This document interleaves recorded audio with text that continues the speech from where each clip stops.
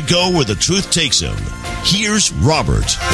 Time for some political healing here on the Robert Scott Bell Show. And one of the guys we've had on over the years, actually a few years ago, he was running against Nancy Pelosi in the 12th District in California. Well, lo and behold, he's doing it again. He's stubborn, but in a good way, because he loves liberty. He was a big supporter of Ron Paul. We covered him over the years here, and we love him here. John Dennis is back on the Robert Scott Bell Show. John, welcome back. Thanks for having me, Robert. It's a pleasure to be here. Well, you're going at it again. Some people might say, why bother even trying to unseat Pelosi in the so-called left-leaning liberal district in San Francisco area? But yet again, we see the fallacy of believing that those on the left, whether it be Obama and Pelosi, are truly anti-war and really for the little person. Yeah, I mean, I just had an article written about me last week at in the campaign, written in a local sort of lefty newspaper, where I talked about how Pelosi is really, they think of her as being on the left, but she's really the biggest corporatist out there. I mean, she is just as much a part of the whole corporate state in Washington as anybody else is. Nancy Pelosi voted against auditing the Federal Reserve. The Federal Reserve, which incidentally, as everyone knows, is responsible, amongst other things, for financing the ongoing wars. So, I mean, she is the quintessential corporatist, and that's a message we're trying to get out, along with also, hopefully putting on helping to continue to carry the torch for individual liberty. Yeah, it's an important consideration when we talk about the Fed. I'm so glad you brought that up. By the way, John Dennis running again for Congress, 12th District, California, against Nancy Pelosi. And we support him here. We acknowledge I've endorsed him. I'll endorse him again. This is something that we look at the Fed and the economic situation. In the Senate, you got Harry Reid, and YouTube surfaced, and this was a bizarre thing that happened in the 1990s. He was actually for auditing the Fed. He said, we must know what's going on behind the scenes. I mean, he sounded more like Ron Paul. And now suddenly he's the biggest obstacle in the Senate to get a vote on auditing the Fed. So we see the duplicitousness, if we could say it that way, of both parties on this issue. Well, I mean, I think one of the things I try and do during my campaign is always separate the people from the state. Mm-hmm. There was a great article on Lou Rockwell's site a couple of months back that "we" is the most dangerous word in the English language. And Washington loves to use the word "we." Mm-hmm. Harry Reid loves to use the word "we." Nancy Pelosi loves to use the word "we." We are not "we." No. They are totally separate "we." And whatever hurts the interests of the state and those who benefit from it, they will always use the word "we," and they'll support whatever helps them. Of course, the Fed gives them a license to spend money. Why would Harry Reid ever go after auditing the Federal Reserve? It stops all the fun that he has. So it should be no surprise. And of course, he's a politician, so reversing any position that he's ever held ought not to be a surprise to anyone. No, he wheezes all over the people of Nevada. There's no question about that. Yeah, absolutely. And again, I mean that's one of the key distinctions that I think people need to make, is to not consider. To not get caught up in nationalism, and to never use the word "we" in connection to Washington, because I guarantee you, if you're part of the people, you're not part of the "we." Yeah, and it's also a subtle form of dangerous collectivism. I've talked about it in terms of the medical issue, the Obamacare, et cetera. It's all about we got to help the people. Who are these people that they're helping? Well, they're actually helping the pharmaceutical industrial complex and the medical state, because all of that money is funneling into those special interests who have bought those favors to be the biggest part of that basically corporatist conglomeration. Now, I'm not here endorsing it before Obamacare either, because before it was still a medical monopoly that even those in the Republican Party still don't fully understand, other than what Ron Paul was trying to teach everybody about, hey, it's still welfare, it's corporate welfare. Where is the freedom to heal? You want to help the poor people? They don't need more drugs. They need nutrition. They need food. Start encouraging everybody to grow a garden. That is something that is completely separate from we, the government, because it means local people helping local people. Yeah, absolutely. I mean, and there's so many examples of it. I mean, for example, everyone would think that the food stamps is run out of the Health and Human Services Department, but it's not. It's run out of the Department of Agriculture. Now, why would that be? Who do you think is lobbying and controlling the Department of Agriculture? So it's food stamps in a way is just another big subsidy for big ag. And there are so many examples of it. I mean, if at this stage of the game, I suspect that your audience, of all people, get the fact that Washington exists to help those who are connected to it and who leverage it to their own gain. It has nothing to do with helping us. It has nothing to do with its main mission, which ought to be just to preserve and protect individual liberty. Mm-hmm. But having said that, the one 2008 was, in a way, a year of hope and change. And the hope and change came not from Barack Obama, but from Ron Paul, because his presidential campaign showed a lot of us that it's possible if one person can do it, if one person can go to Washington and maintain his integrity and commitment to individual liberty and to protecting freedom, then maybe two people can do it. And if two people can do it, then maybe we can actually succeed and turn back the attack of the corporate estate, which is at war basically with the rights of everyday Americans. Yeah, so much of life transformation happens because somebody shows that the impossible is in fact possible. I know with my motivation for health and healing was that reason, because I met somebody who became a mentor to me and taught me homeopathic medicine, that he had overcome things that were supposedly incurable, and was a living example of the fact that what people have told me about what is impossible or possible didn't know what they were talking about. And so Ron Paul has done that, just like you said, that to say, hey, there's no way anybody can go there and not be corrupted. One guy has done it. So is it possible that two guys? I'm not saying it's likely, but it's possible. John Dennis may be one of those guys. We'd like to, and certainly want to see you there. But Ron Paul's a giant. I mean, he's a moral giant, if nothing else. But on top of it, he's also, the most erudite and the most, decent person that's probably ever been in Congress. And there are a few people who can reach the levels and to the heights that he has. But on a moral level, I think it's a lot of us can carry that torch. And if we get a few of us in Congress, delivering this message, I think we can actually make some change, real change. Yeah. And now, last election cycle, when you were running against Pelosi, we talked about this on the air, and we linked the YouTubes as well. You did a lot of funny videos, very innovative, creative videos. The one, of course, we all remember, hopefully, is she was the Wicked Witch of the West, and she was melted. It was great, classic stuff. Is this something you're rolling out again in this cycle? We actually a week ago today, we released another one where we depicted Pelosi about to have her zombies make a sacrifice, have a sacrificial lamb, and I come in and stop it. And it's done well. We've got about over 100,000 views at this point, and it was all around the internet last week. And we produced those videos basically for two reasons. One, because they go viral and they help us with fundraising. Everybody knows Pelosi. Everybody wants somebody to mock her. We do it, and people get a kick out of it, and they support the campaign. And it helps nationalize, makes the campaign a more national thing. The second reason why we do it, though, is because we make the same points about her in serious videos, in writing, and in other videos that we release, and nobody seems to care about these points. Mm-hmm. One of the things I mentioned in that video is that she voted for the National Defense Authorization Act. She voted to indefinitely detain American citizens, not to mention the fact that the U.S. military is going to do it. But she voted for it. The district has never said a thing about her. No one ever says anything about her doing these votes. But by putting it into a viral video, at least 100,000 views people have seen that this is what she voted for, and this is who Nancy Pelosi really is. So they serve two purposes. One is to fundraise, and the other thing is to serious points in using satire, and hopefully those points will disseminate more readily than when we make the serious videos about it. Well, we've got the links, the video links up in the Robert Scott Bell Show notes today. We're talking with John Dennis. He's running for Congress again in the 12th District against Nancy Pelosi, but for freedom, for liberty. And you mentioned perhaps one of the biggest wedge issues. And when we come back from this break, I want to talk more about this NDAA, this funding of war, this funding of indefinite detention. This could be the thing that aligns the left and the right, and we've seen evidence of it. Is there any evidence in that district of Nancy Pelosi? We're going to find out from John Dennis. More right here on the Robert Scott Bell Show. Check all the links out at robertscottbell.com. You can go directly as well to johndennis2012.com as well. Back after this. The Robert Scott Bell Show.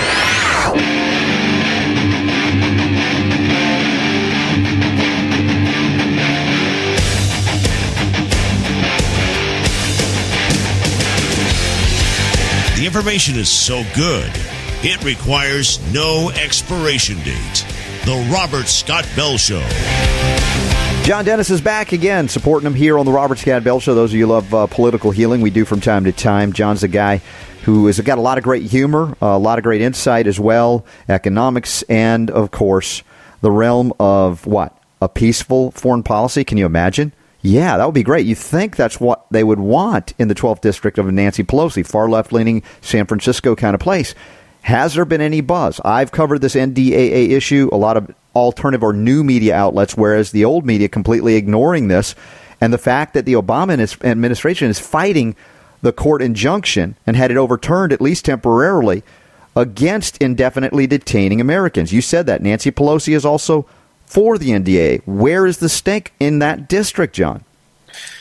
Well, like a lot of districts where people get entrenched, Pelosi's been in office for 25 years and people just sort of vote for her reflexively. The media doesn't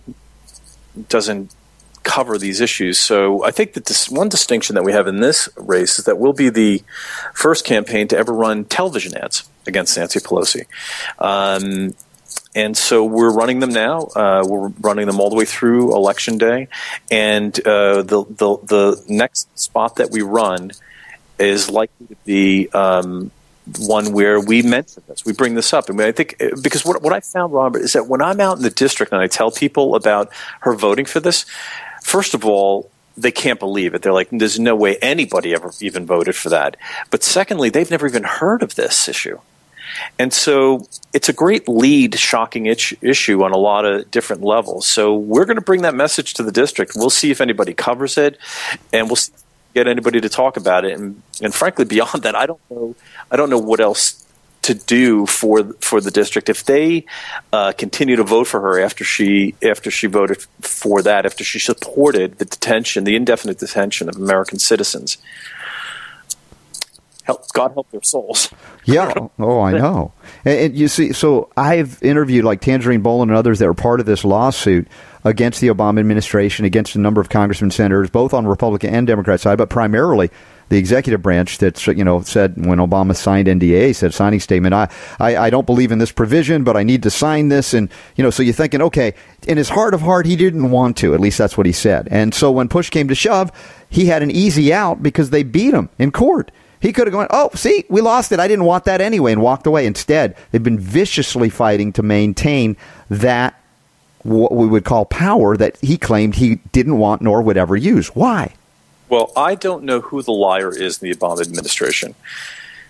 It's apparently the president himself, because Carl Levin from Michigan, there's a well-known YouTube video out there where he said that it was the Obama administration that asked to have that clause put in. Wow. I mean, it is stunning, and that's the kind of thing, as I was saying. How are we effectively communicating this to fawning, left-leaning idolatry, if you will? Because it is a worship. When you step back, as I've talked to many of my friends who are far left, now recognize that Obama, they'll actually say this, they can't believe it, but is actually worse than Bush on some of these issues.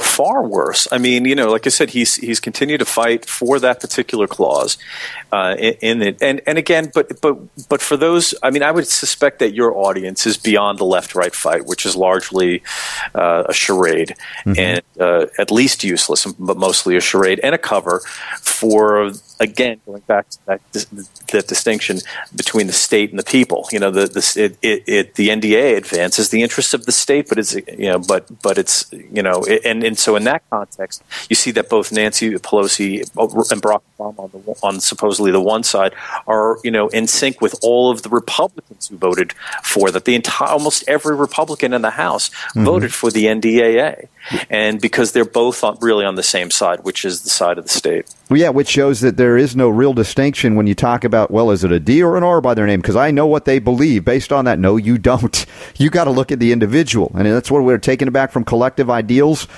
to the individual idea of liberty as a guiding principle here, of limited government as a guiding principle, not a rhetorical principle. Because, hey, we heard some rhetoric out of Romney at the last debate, but I argued that who won the debate was not Romney. It was, in fact, Goldman Sachs. And, of course, Monsanto won. They're both Monsanto boys. And, of course, the Federal Reserve won. Yeah, anytime we're not talking about the real issues in a real debate, and the real issues are, who's advancing their interests using Washington. Anytime we're not talking about that, then it's the state and the people who are connected to it who win. And I think Gary Johnson, amongst others, are very, is a flawed candidate. But can't you imagine Gary Johnson succeeding in that debate? I mean, if he was there, at least he'd bring up some of these issues.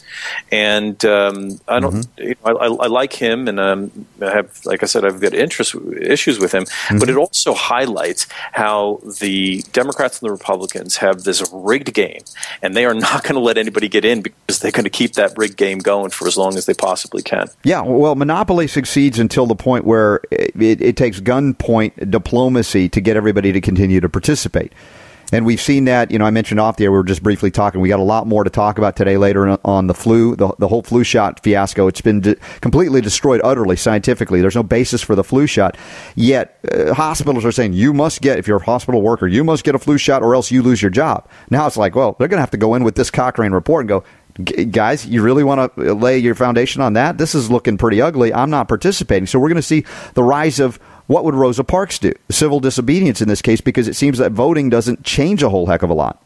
Well, I think, for me, the part of the exercise of using campaigns is didactic, and you want to deliver this message to a semi-politically aware audience. But I think at the end of the day, the way that we can win, and I think about this quite a bit, is a mass withdrawal of consent from the system. Yes. I think, I don't think guns will do it. I don't think fighting will do it. I think it's just people getting to the point where they realize what's happening.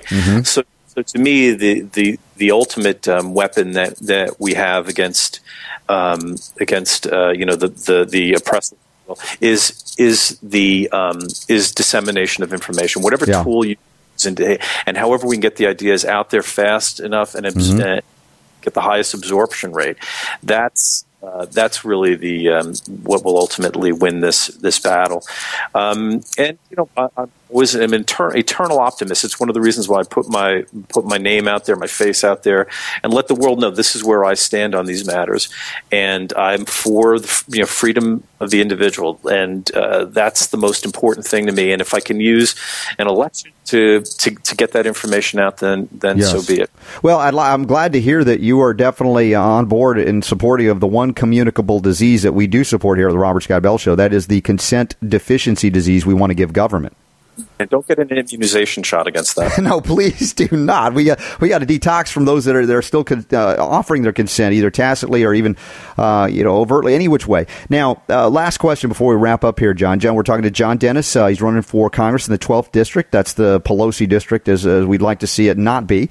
The debate issue. Was there any traction? Was there any way that you could shame this woman into participating in some kind of dialogue? You talk about didactic. I mean, is it possible, or has she been able to thwart it at every turn? Well, she's been able to thwart it, and it's absolutely shameful. I hate to do this because I'd really like to enlist them as a help in this area. But I talked to the League of Women Voters, and they issue an invitation to her debate. They said, we issued her one in 2008. She never even responded. So I said, well, does that mean don't issue another one ever again? Shame her into debating. Yeah, exactly. And they just shrugged and said no. Right. It is shameful. I'd like another organization to step up and issue an official challenge and say, look, we'll worry about the specifics, but let's do this. Take an hour out of your schedule to talk to the people of San Francisco and defend your positions. Well, that would be lovely to see. And, John, I hope, wish you all the success, but more than that, your support, anything we can do here to get the word out. Everybody check out the links we have in the show notes today at robertscottbell.com. Some direct to johndennis2012.com, as well as to the brilliant and funny videos about this whole thing. And it's a serious issue at the same time, but we love John because he supports the idea of consent deficiency disease. And, that's the kind of thing that will make you healthier, make the nation healthier. So, John, all the best. I look forward to catching up with you as this thing progresses further. Thanks very much. I appreciate your support. You got it, John. Thanks for helping me rock the health and political world right here on the Robert Scott Bell Show. Remember, next hour, John Rappaport, we're going to decompartmentalize. Can you do that? The whole flu shot fiasco? Yeah, they're busted, and we're going to have fun doing that. So stand by. Lots more healing to go on the Robert Scott Bell Show. In all my years of radio, I've never seen anything like this. The Robert Scott Bell Show.